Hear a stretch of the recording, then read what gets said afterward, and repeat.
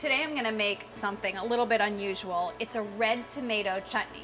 You may have had green tomato chutneys in the past, but today I'm using the red tomatoes because it's peak tomato season. You can also use canned tomatoes, but why bother when it's such a great time of year for tomatoes? What I'm starting off doing is blanching and peeling 2 pounds of tomatoes. I've removed the core and I've cut an X in the bottom of all of my tomatoes, and I have a pot of boiling water here. So as an alternative to the fresh tomatoes, you can use canned. Use 2 cans of diced peeled tomatoes. I'm using 2 pounds of fresh plum tomatoes. Let them cook for about 30 seconds to a minute. The skin's already starting to split, as you can see, and that's how I know it's time to take them out. To stop the cooking process, I'm gonna put them into a bowl of ice water. Let them sit in there until they cool off a little bit, and then you can slip the skins right off. Most of my tomatoes have already been peeled, but I'll show you how to peel this. Just use a paring knife to grab the skin between your thumb and the knife, and the skin should peel right off. The riper the tomatoes, the easier the skins will slip off.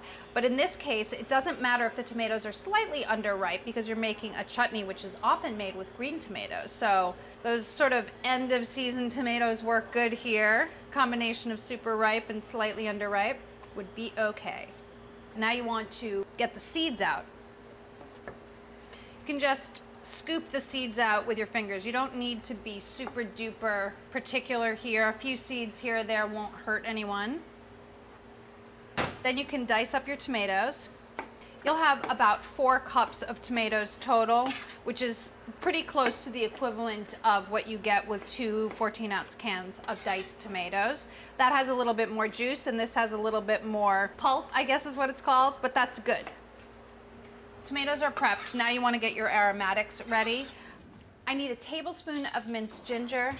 I like to just cut these tiny little pieces off. They are kind of hard to peel around. Then use the edge of your spoon. Make sure you use a thin spoon if you're going to use this method. You can use a peeler as well. I like this method because it removes very little of the flesh and just gets the skin. However, if you try to use a thick edged spoon, it really doesn't work very well at all.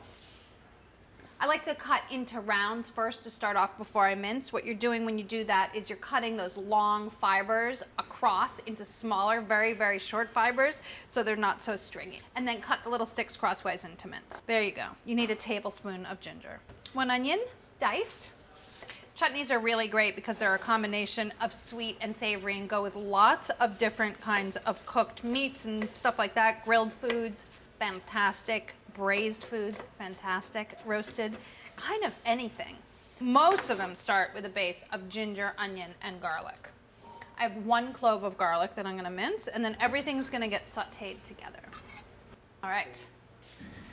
Now it's time to saute. You need 2 tablespoons of vegetable oil in a medium-sized saucepan, and you'll saute your onions, garlic, and ginger all at the same time. You want them to get translucent. Shouldn't take too long. I finely minced my onion, and so it should only take about 3 minutes. I'm gonna add a little bit of salt. I'll start with a ½ teaspoon, and then I'll taste it once it's cooked and add more if necessary. But it cooks down a lot. You don't want to over season in the beginning because the flavor can intensify.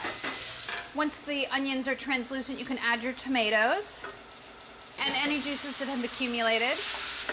A little stir-aroma.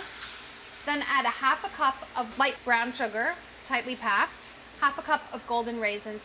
If you don't have golden raisins or you have regular raisins and you want to use those, go right ahead. And a ½ cup of red wine vinegar.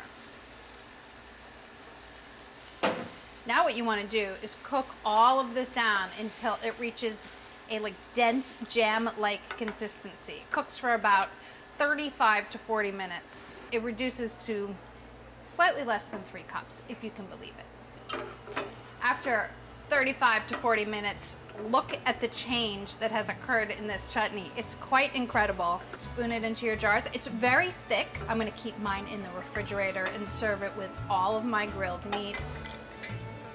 It's red tomato ginger chutney, a little twist on the classic. Twist on the classic. That's so corny.